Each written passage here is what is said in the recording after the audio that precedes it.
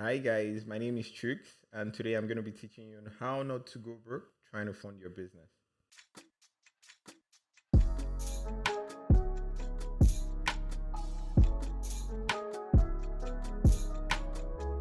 Hi, everyone, and welcome to this week's episode of Don't Go Broke Trying. I am your host, Reni, and if you don't know me, I am a full-time content creator who makes content all about financial literacy. This podcast, as I said, is called Don't Go Broke Trying, and on this podcast, we teach you how to not go broke trying to live your best life. So what I do is I basically invite guests on here, some of whom have gone broke doing XYZ, or people who are experts in the field so that they can teach you to make sure that you do not go broke. Today we have a very interesting episode, and it's all about how to not go broke trying to fund your business. A lot of y'all have started businesses, and I've started businesses in the past, and we've gone broke trying to fund our businesses. So the whole point of today's episode is to really learn from an expert who works in the field, who sees businesses sometimes go broke trying to fund their business, and make sure that you do not do the same. So I can't wait for you to listen to this episode. And let me introduce our guest for today. So today I have the wonderful Chuks here. Hi, Chuks. Hi, Reni. How are you? I'm good. How you feeling? Chill. Yeah? The weather today is great. Yeah, it's great. Yeah, compared to where I'm coming from. Okay, so Chuks flew in today, actually, like right a few hours ago. He flew in from Halifax. And I the weather here is not great, but I guess compared to Halifax, it is. Apples and orange. Yeah, we're grateful to have you here. Thank you so much for coming. So could you introduce yourself to the audience? Just tell us a little bit about you. Okay, great. It's nice to be here, Reni. Thanks for the invitation. My name is Chuks. About me. So I'm from Nigeria. I came to Canada in 2021. Loosely, I'll describe myself as someone who is a go-getter, a problem solver.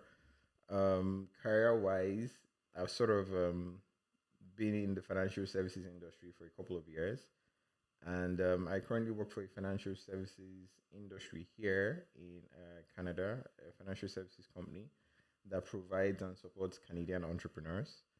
And I think that's also one of my passions, supporting businesses and helping entrepreneurs get to where they need to be, right? And so yeah, that's a bit about me, and I also like traveling too. So. Nice, I love it. And what do you do at this financial services institution? Well, essentially, my role, I'm responsible for allowing our customers have a smooth experience from when we sign them up until when they essentially decide not to terminate their relationship with us. Right. So signing up for loans, correct? Yeah, sign up for loans. Yeah. So if y'all need money for your business, you know where to go. Hit me up. Yeah. Okay, perfect. So we always start off our episodes with a Reni rated segment, and okay. Reni rated is basically the products that I am loving. I think it's a 10 out of 10. So what is a product, a service, a song, anything? What is something that you're really loving right now? Right now, that's going to sound cheeky though, but someone recently introduced me to Snapchat. So that doesn't sound Snapchat right. in 2023? Yeah, so I feel old already. So Snapchat and LinkedIn, right? But I think after a couple of trying to keep up with Snapchat is a bit of I'm back to Instagram anyway. But yeah, Snapchat, Instagram, but LinkedIn. So I do a lot of prospecting, a lot of communication via LinkedIn. Right. So I feel like LinkedIn is doing it for me. Then on the chill side, of course, Netflix has always been my go-to app. Right. What are you watching on Netflix right now? And that's a very good question. I watch a lot of documentaries. Okay. Right. There was a documentary. I don't want to name it, but it sort of was talking about the intersection between the Ottoman Empire and the Christians, right? I saw that. Well, I didn't actually watch it, but when I was in Turkey, I think someone told me to watch it. Oh, yeah. Can we say it here? Yeah. All right, the Resurrection, Etrugro, I think. Mm-hmm. Yeah, that's the name of the show. It's really good. Okay, cool. Yeah. Very cool. Okay, so now I just want to give a quick disclaimer, as I do in every episode, that this is not financial advice. This is simply our experiences, and yeah, we're just talking. Don't before you take any loan, before you take any grant, before you take any money from anyone, make sure that you do your own research and contact a professional. This is not financial advice. Yep. Okay, so we always like to go back to the beginning, okay, like all the way back to the beginning and get to know you as a person Yep. before we get into learning more about your expertise. So, can you tell us a little bit about you? Like, where did you grow up? I know you said Nigeria already, but where did you grow up, and what was your first memory of money, if you can remember it? Whew, that's a great question. So I grew up in Nigeria, moved a bit from the eastern part, then to Lagos, where I was for over 30 years. Right. So growing up in Nigeria was fun. It was interesting. Nigerians would know the hustle, right, of growing up specifically in Lagos, right? My first experience with money, right? And this is going to sound weird though. So in high school, secondary school, what we call high school here, I and my brothers, we went to the same school, and we were sort of wanted to get like a video game, PlayStation, and we did something very ingenious. We started selling in school, Okay. which was not the best way to go about it because it was against the rules, but whatever. What were you selling? Sweets. Okay. So we're selling sweets. We're selling lollipops. For I don't know the amount, but we're buying it obviously in bulk, cheaper, and selling it at a very very high margin. We're able to save up to purchase our first video game. So that I was love really it. crazy, right? You know what? The reason I'm smiling so big right now is because that's like my first business as well. Oh, okay, So that's cool. yeah, so basically I went to my elementary school. So I was a kid, and Okay. I was maybe in grade 4 or 5. So I think, I'm not sure how old you are, in 8 or 9 maybe. And I had a business where, well, basically my parents would buy stuff from Costco, and everything's in bulk, right? Yep. So they would buy sour keys, and my sister and I love sour key candy, and I would take those, put them in a little plastic bag, and go into the playground and sell them at Was school. that legal? No, I got in trouble. So I got in illegal trouble. stuff. I got in big like they shut me down Wow. at school. I also was selling this little like arts and crafts, and I would like sell it on the playground. And then one day they called us and said, "You're not allowed to do this." It was me and my friend, and they said we're not allowed to do this. So yeah, it's cool that we have a similar. But the thing is, my dad actually he was like, "Why would they? This is so entrepreneurial. This is so smart of you. Why would they shut you down?" But yeah, that's cool that you had the same experience. Yeah, so that it was more like a foray into just sort of realizing that money, you just have to meet a need, right? And you get value for it. Right? So that was like the Very cool. And now you First help entrepreneurs get financing for their businesses. yeah. I also need help too, but yeah, for now. So is that what would you say that's where your passion for business came from? Yeah, I think so. So generally, even just prior to joining like the whole 9 to 5 stuff, right? I think I'd always been that kind of person that liked advising people, or people sought me somehow for my own opinions on stuff, right? So I guess it was something I honed on later on in my Nice. career. Yeah. Nice. And a lot of our audience does consist of business owners, and specifically black business Business. owners. So a lot of them are looking to get funding for their business. So let's go to I like to explain things as if it's like anyone can understand bones. this. Exactly. Yep. Bare bones. So what does it mean to get funding for your business? Yeah, so that's a very good question. So funding, every business, right, needs cash, right? And so getting funding is all those processes like you have to pass through, right, to get financial resource, which is in form of cash for your business. So you could getting that, who to get that from, in what form, and how, right? That's getting funding for your business, right? So Okay. you could get funding from institutions, banks, that kind of thing. You could get from individuals in form of angel investment or seed investment. You could also get from governments in form of grants, right, or foundations, right? Those kind of institutions. Of course, what are those types of funds you can get from them? You could get debt financing, right? So you're getting a loan from a bank or a payday lender, which I would not advocate. Yeah. You're getting equity investment from an angel investor or a VC. You're getting grants from provincial, federal governments or foundations, right?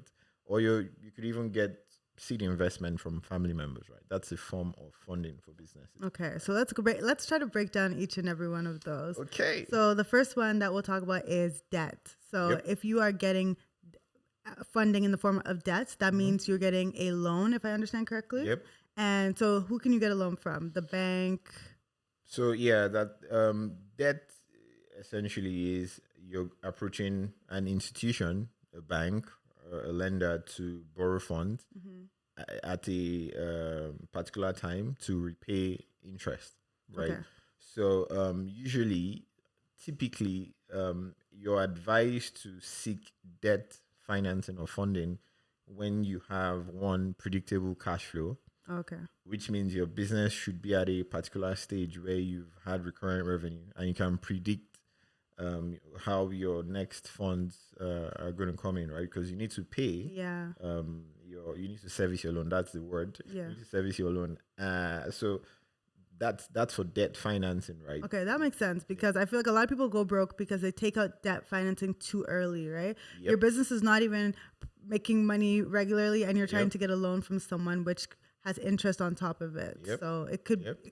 could end up with a little shaky, right? And right now, that's not the best Oh, time yeah. to, because with interest rates going up, you have higher interest. Yeah. So the customers would, the bank transfers that to the customers. Yeah, and they don't they're take that happy to definitely look at their financials right now. They are doing a lot. They are having a very good quarter. Yeah. And a lot of that is attributed to the fact that customers are paying high interest. Good to know. Okay. So then there are other types like, as you said, equity. Yep. Can you explain what equity is? Yeah. So that's a very, I think a lot of your guests will probably understand that. So equity investment is essentially a company raising funds. So they are relinquishing their equity or stake ownership shares and getting cash injection. Right? And so usually you have angel investors, VCs, who want to invest in high growth, scalable companies, right? Those are the kind of criteria they look out for. Okay. And so they say, you know what, we like what you're doing. I'll put in 150K, 100K, whatever for X% in equity, right? And so that way the founder or the business owner relinquishes equity for cash investment. Okay. Yeah. So this one's not repayable. It's not like you have to repay the... Well, I mean, it's not repayable in the sense that for VC investments, of course, the guy who is bringing in money wants to exit at a particular point, right? So they are coming in with financial resource, but they're also coming in with intention to exit, Yeah. right? To grow the business to a particular stage where it's either ripe for an acquisition, an IPO, or just humongous growth, Yeah. right? So for those who don't know what that means, because I know these are words that some people may not know. For example, when like if you watch Shark Tank or Dragon's Den, it's like I go on and say, "Hi sharks, I'm looking for $500,000 in exchange for 20% of my company," right? Yep.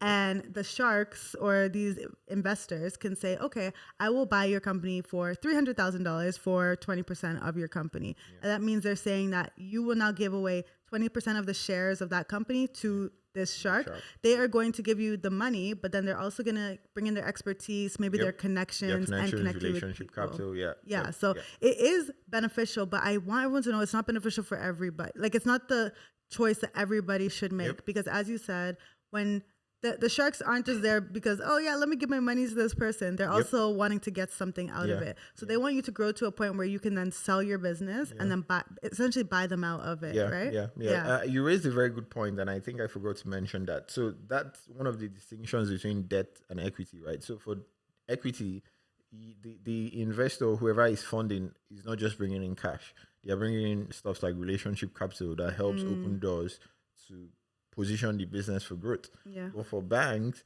well, some banks go the extra mile, but most people, once they give you that fund, is based on certain approved purpose, right? So say working capital, and they leave you to do your stuff, right? So at the end of the day, they just come and tell you, you have to pay interest and all that stuff, right? But it's a very good distinction. Good to know.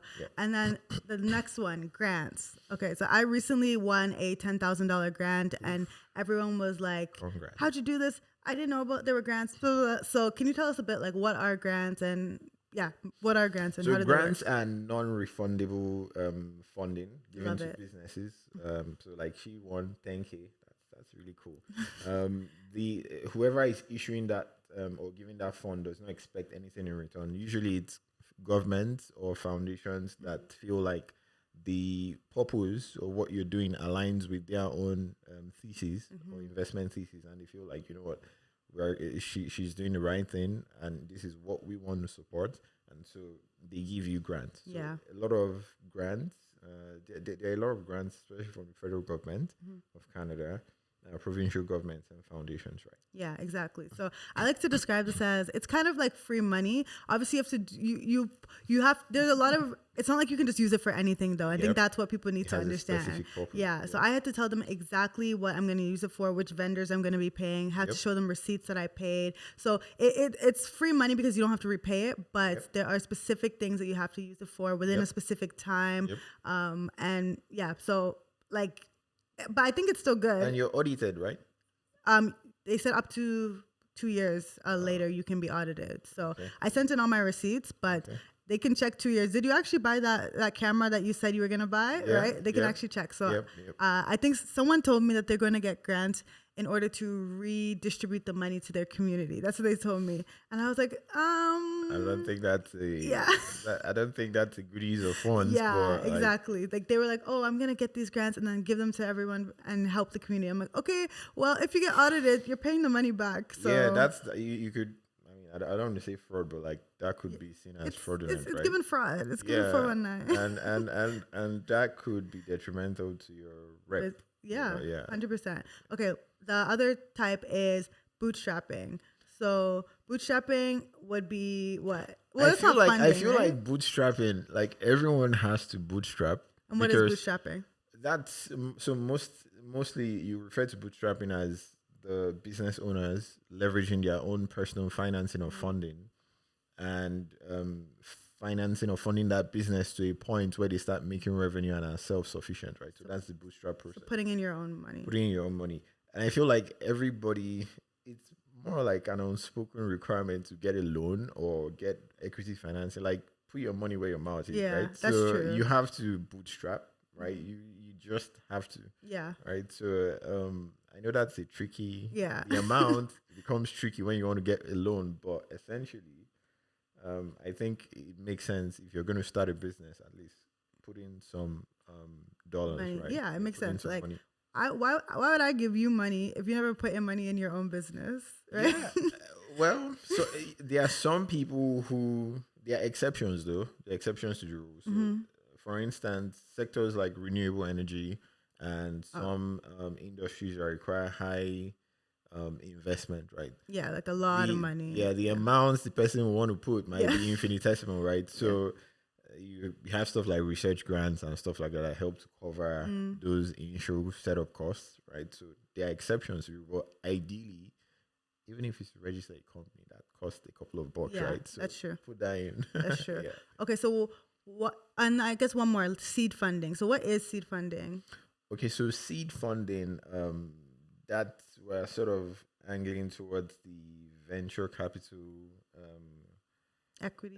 Yeah, those are the buzzwords. So seed funding essentially is, let me not say VC. You're giving a company money to sort of start, right? A guy has a wonderful idea. He hasn't validated the business model. He doesn't have any customer. He's essentially pre-revenue, but you sort of like what he's doing, right? And you're like, you know what? I'm going to give you 10K seed money, right?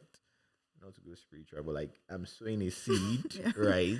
So yeah, so that's essentially what it is, right? Okay. So seed funds. But in the VC space, companies that say we've raised seed means they've raised funding from an institutional investor, a couple of institutional investors or VCs, to essentially validate their business model, build their product, and achieve product market fit. Okay. So that's seed funding from the VC aspect. Okay, so it seems like there are a lot of different ways that we can get funding, Yep. but I guess it just really depends on the type of business that you have, Yep.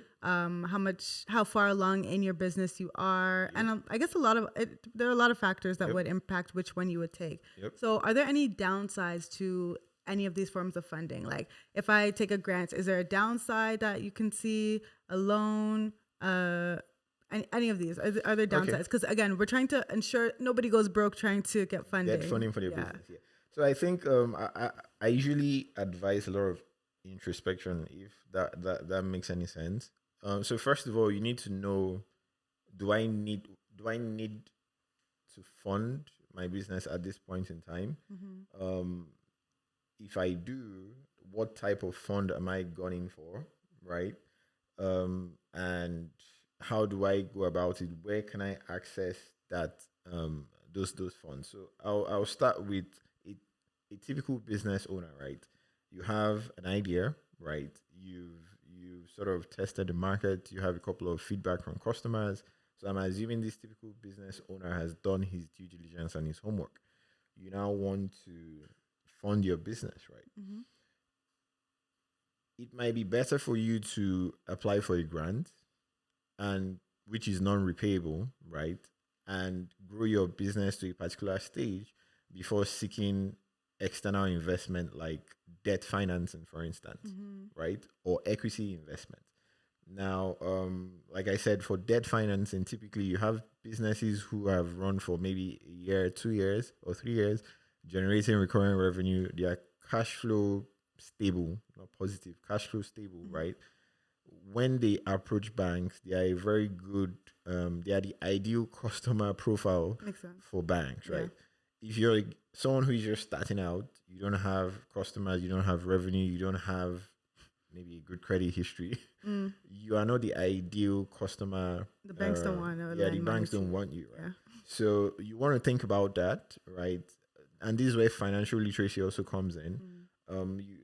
So my advice would be start off bootstrapping, right? First of all, then get to a point where you've achieved product market fit, right? Your product has been used by a couple of people repeatedly. Then you can now look at going for grants, if possible, right? Which takes a couple of time and research also. Then, of course, having a roadmap to either look at equity financing or debt financing. A lot of startup founders, and this is very, very interesting, it's called the founder's dilemma. Okay. So they have a business, right? And they don't want to part with equity. They want to have 100% of the stake, right? And they're like, how do I do this? So they have two options, essentially, two options. Either they go for grants, which to a large extent, like how much grants can you get to scale your business? Very minimal, right? And you're not the only one getting the I guess it would grants. depend on the type of grants, right? Yeah, but like for a business, I mean, type of business. Sorry. for the type of business, yeah. Yeah. But if you want to scale your business, right, You need a lot of you cash need infusion. continuous funding, Yeah, right? yeah. And so grants wouldn't cut it. Okay. Now for debt seems like a very attractive funding type because you're not relinquishing any equity or stake in your company. While that is good, what happens if you're unable to service those loans, right? Then you Problem. essentially become broke, Yeah. right? And that hurts your credit score. Yeah. That hurts your ability to even get subsequent More. funding like equity, right? So a lot of people play that game like, I'm not going to go for extra investments because I don't relinquish 100%. Any part any of my part. business. Well, you know what? Sometimes you can come back full circle and bite you. Yeah. Right? So Makes sense. it's something that people should also be very cautious about, right? Okay. When making that decision. Yeah. Okay, cool. And you were going through the like how someone determines what kind of funding they have. Oh yeah. So if you are if you're pre-revenue, right? My advice would be to bootstrap. Okay. Apply for grants, right?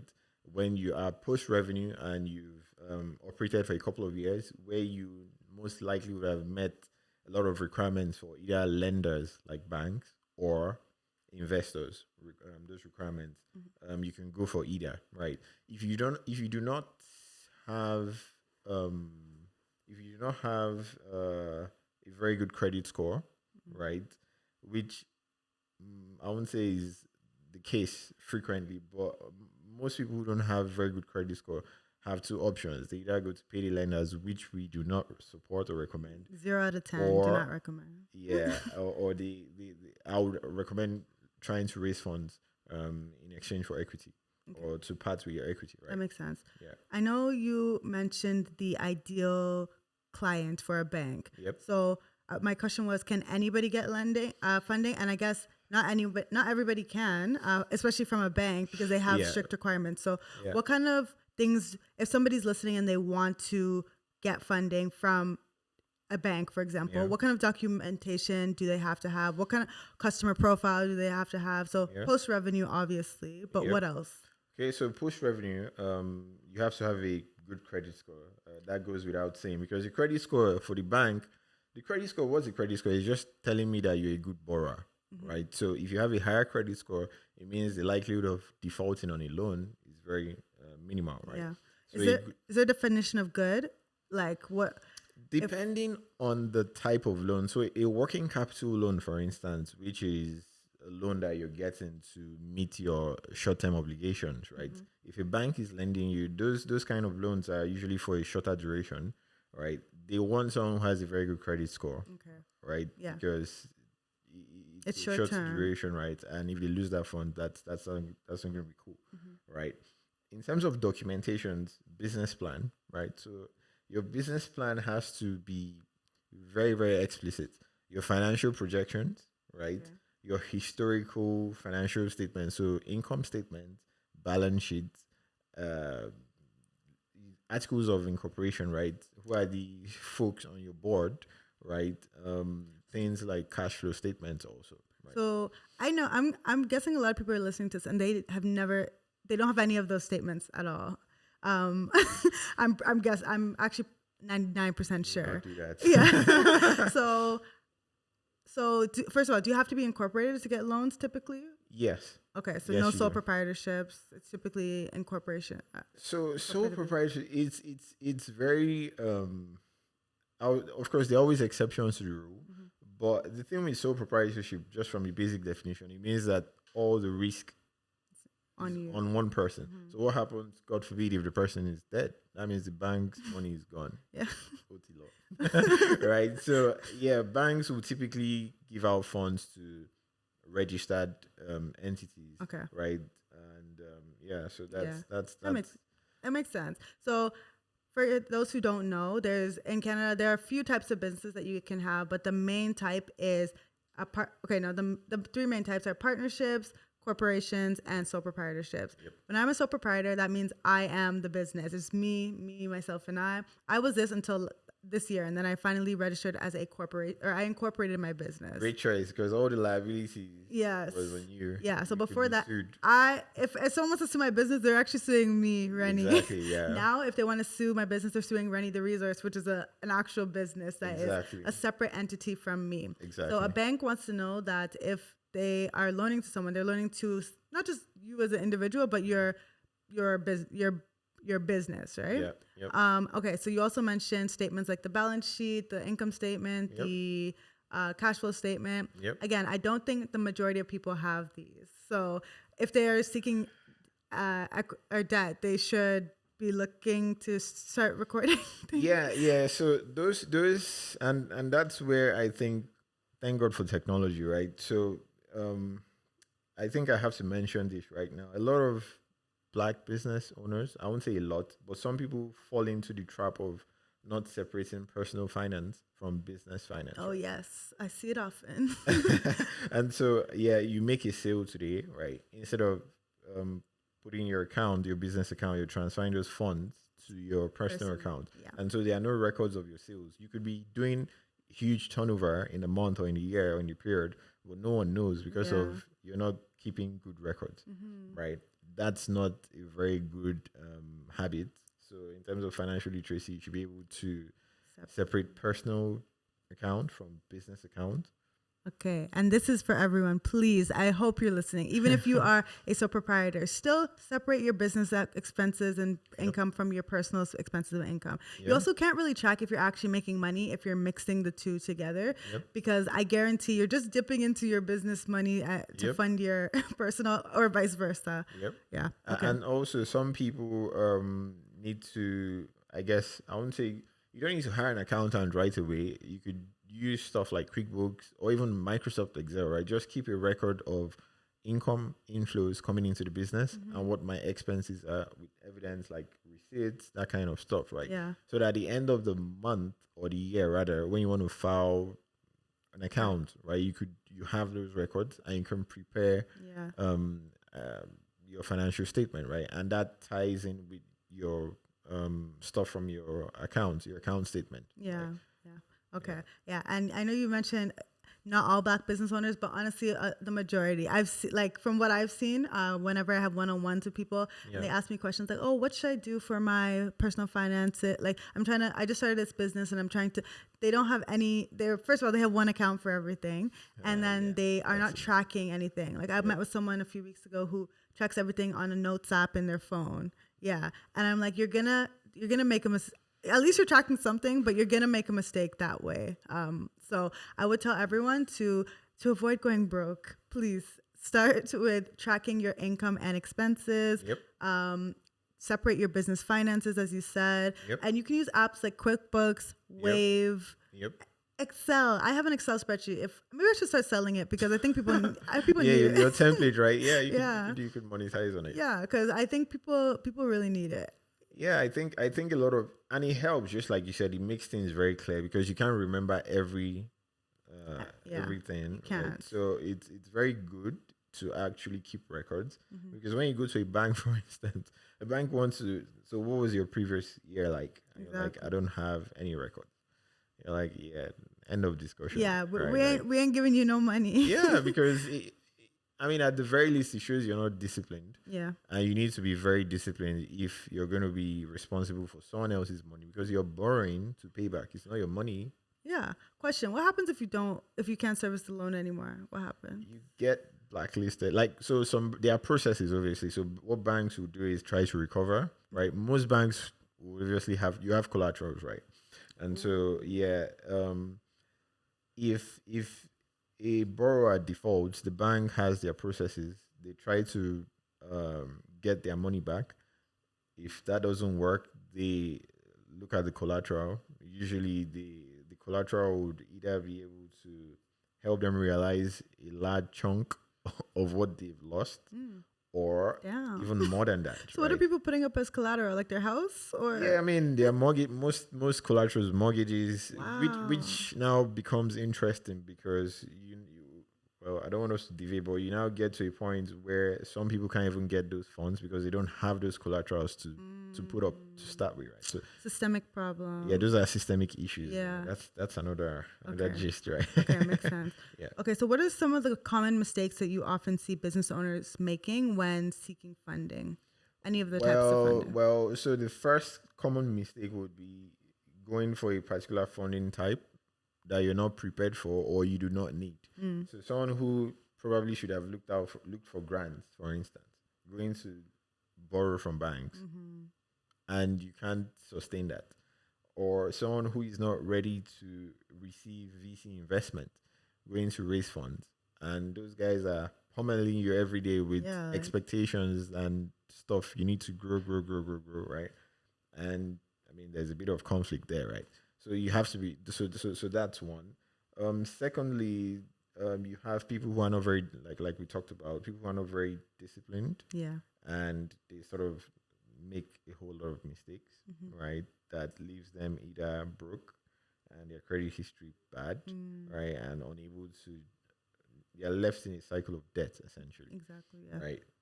Another mistake would be people who borrow and misuse the funds, so misappropriate funds, right? So they convinced someone that they were going to use the funds to grow and expand their business, and they are now in Mexico. Yeah. Right. And they say they are networking, right? But they're having fun.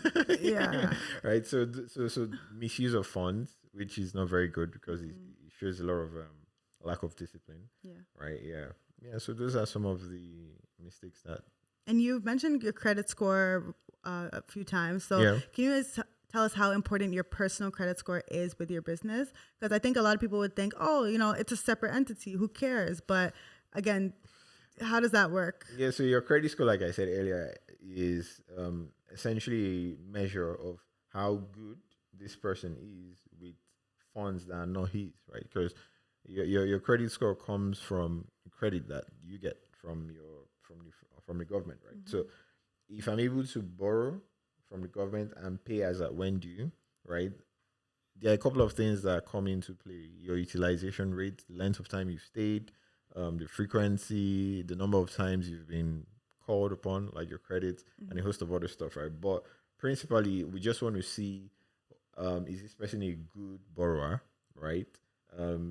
If he has a low score, then that could be a problem. Yeah. Now, there are some people, there are always exceptions, depending on the type of financial institution, depending on the type of loan, right? There are some loans that don't really place a lot of emphasis on credit score. Okay. So you might be able to, especially for businesses that probably have their cash flow stable and maybe they want to borrow funds to maybe make a major acquisition like acquire an equipment or a mortgage, right?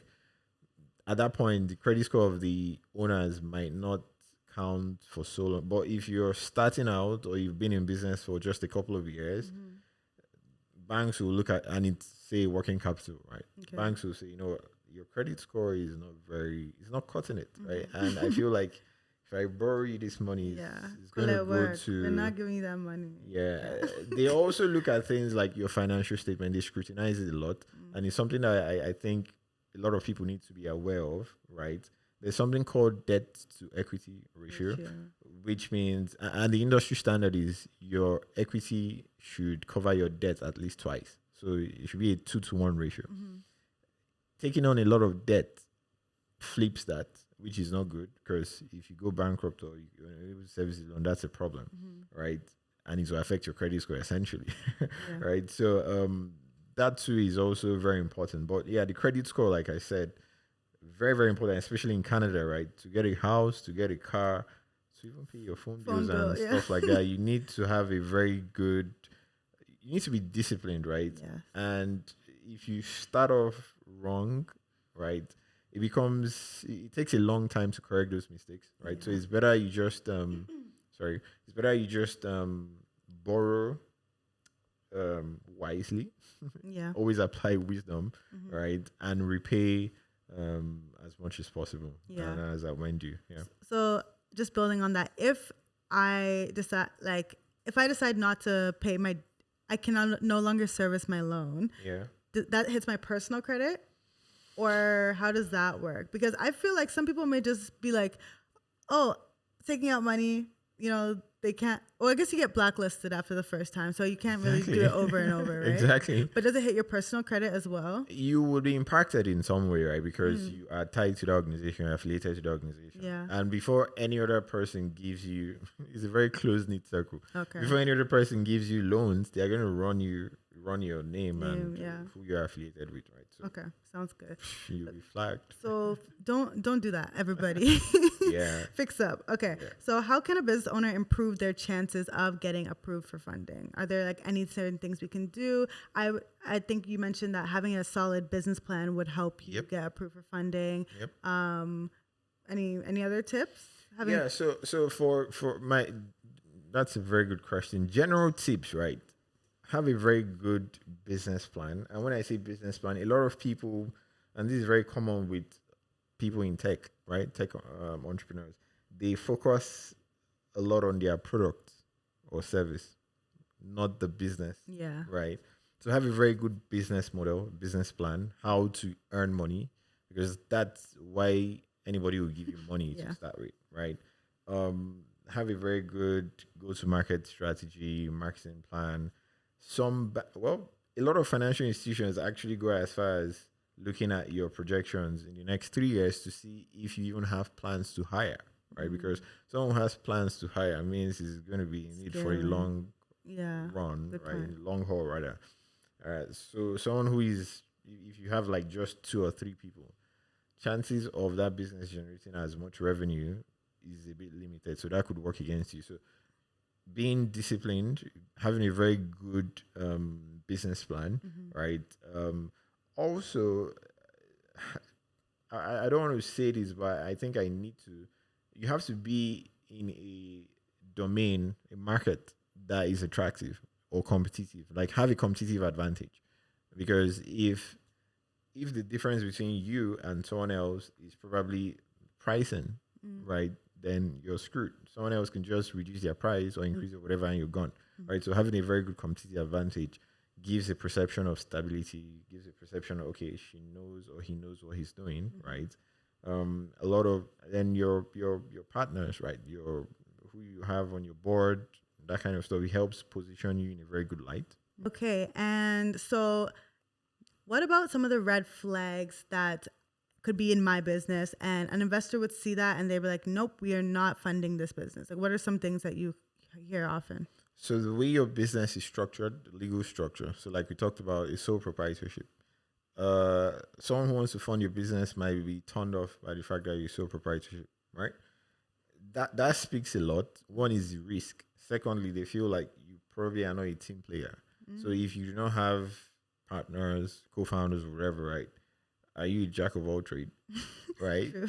Or maybe it just shows that you don't have plans to scale, right? Yeah, or you just maybe you tried reaching out to people and people don't like your attitude and like you decided, yeah. So that's one of it. Second is for those who are established. So if you have a very bad financial history, so they look at your 3-year financial statement and they just, I mean, making a loss is not all that negative, right? But maybe your losses are crazy, right? And maybe all the money is going to salaries and stuff like that, right? There is no reinvesting in the business, right? You also have some business owners, they make a profit of 100K and they wipe everything out. Unexpensive. Like the profit after Oh, they've the deducted, profit. they just take it out of the business and they start the next year with zero. I said, like, Red flag. that's a red flag. Like, you should invest a portion of those profits in retained earnings so that you start the next year you could invest in stuff, right? So those are things that investors also look at. They look at now red flags in terms of this market is probably shrinking in terms of total addressable market.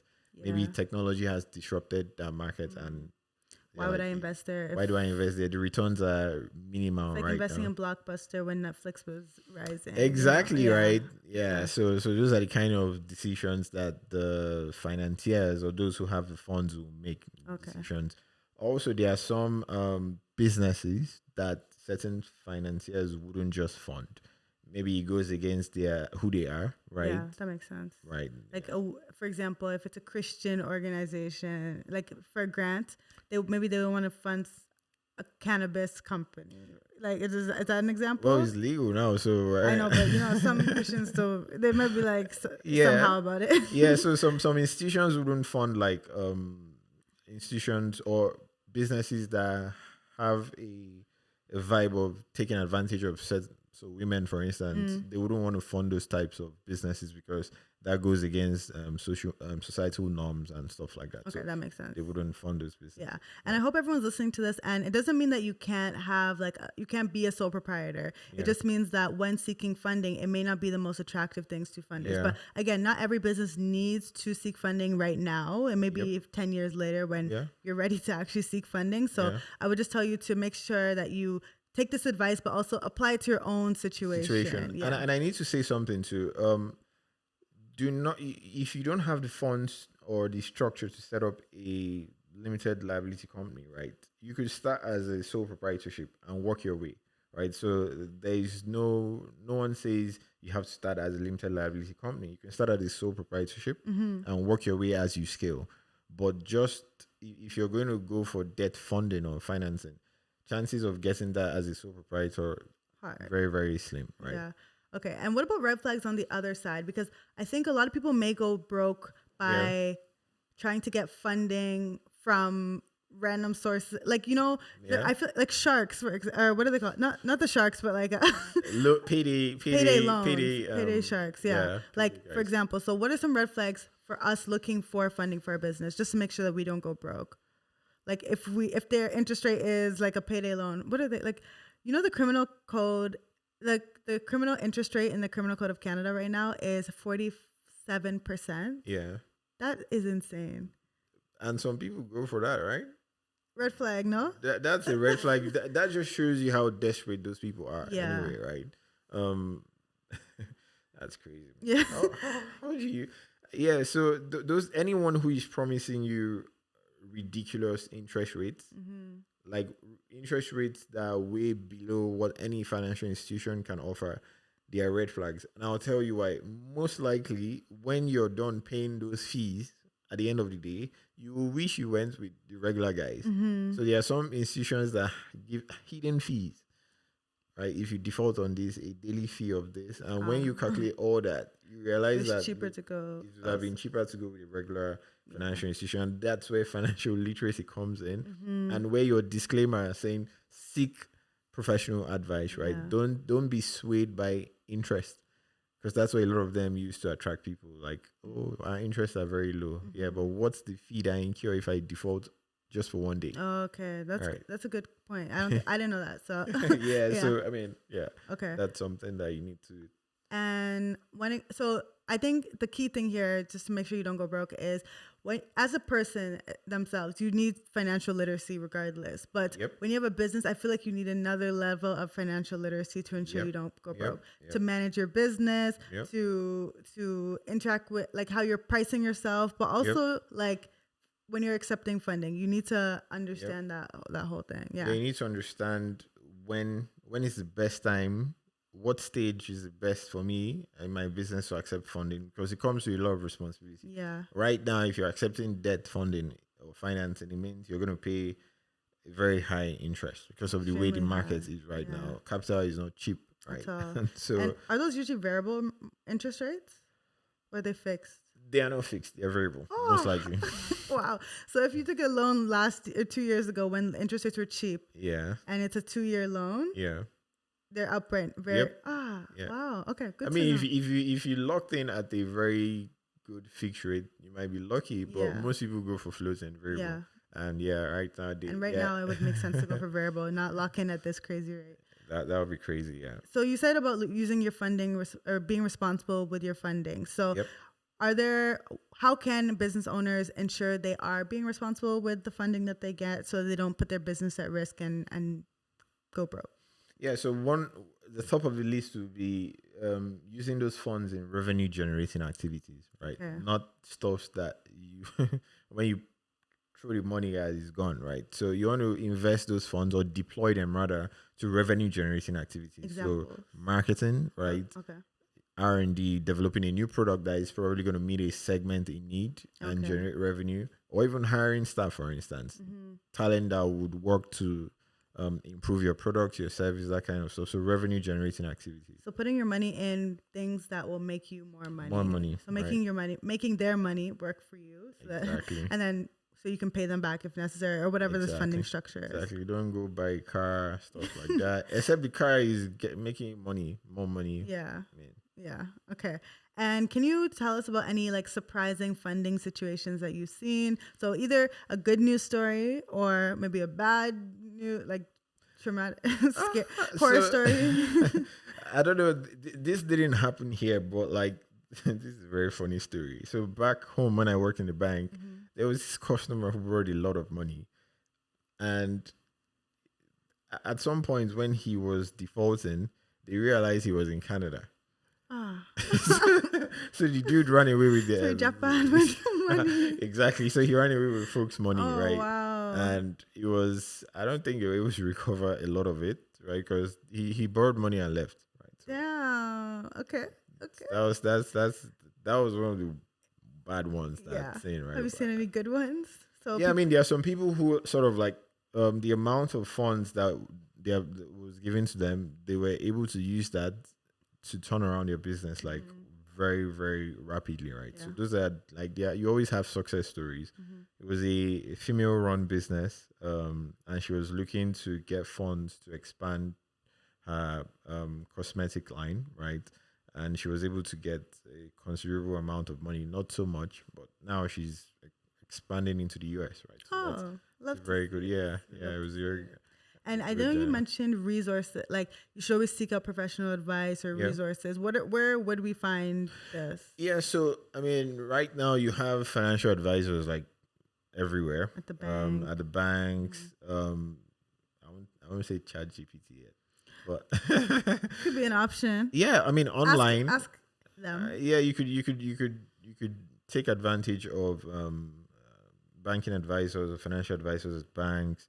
Take advantage of investment apps. A lot of them have employed robotics automation to help give you certain advice, financial advice. There's also a lot of times what people do not talk about so often is the tax aspect, right? Because that's also an element of funding, right? Yeah. What's the best way to minimize your tax? So also speak to accountants, licensed accountants, CPA, accounting fees or CA, yeah, exactly. So that you get the best deal, the best advice, right? It might not come cheap initially, but those worth it. Those knowledge that you get is what is and will help you across your business or even personally. Yeah. Okay, so thank you for all of that. I feel like I've learned a lot from this. Yeah. If there was one piece of advice that you would give our listeners to ensure that they don't go broke trying to fund their business, what would that piece of advice be? Consult a financial advisor.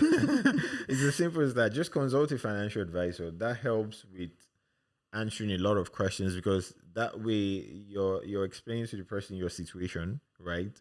And they are there to make a recommendation based on your own situation, right? Yeah.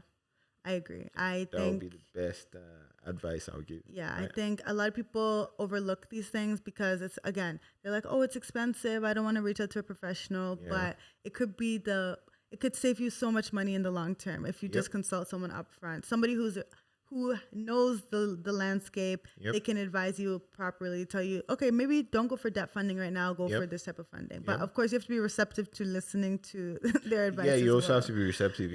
Okay. Yeah. Well, thank you so much for coming on the podcast. My pleasure. Thanks for inviting me and your guests. Do you want to plug anything or say anything, any last words to the audience? Do I have anything? I mean, if they want to find you, where would they find you? Oh, so I'm active on Instagram, Sosonese, that's my IG handle, and also on LinkedIn. So my full name, Soch Kumar, on LinkedIn. I've left Snapchat, so you can't find me. Well, thank you, Chuks. It was too much for me. Thank you, Chuks. I will make sure to leave your links in the show notes so that they can click on it and connect with you if they would like to. And hopefully we can have you back at a later date. Sure, I'm coming back. We have a lot of stuff to talk about. Yes, we can't wait to have you. All right. Everyone, if you enjoyed this episode, please make sure you, first of all, hit subscribe on whatever platform you are listening to this podcast on, okay? Subscribe to our page, I was looking at the analytics, and most of you who listen to this podcast listen regularly, but you're not subscribed, and I'm confused as to why, okay? So please subscribe to the YouTube channel, subscribe or follow on what is it, Spotify, Apple Podcasts, Google, wherever you're listening. Please subscribe because it really does help. Channel, please. Yes, follow my personal YouTube channel on all the platforms. We want to have you in the family, okay? Because we're growing rapidly, and last year we were the top 5% most shared podcast in the world, and this year I'm trying to be top 1%. So the only way I can do that is if you really help me by subscribing. So thank you so much. Okay. Yeah. And I forgot to say congratulations. I think you're nominated for a couple of awards. Yeah, thank you. Huge shout out to you. You're doing well. Thank you so much. Yeah. Okay, everyone. Thank you so much for listening. Can't wait to see you in the next episode. Bye.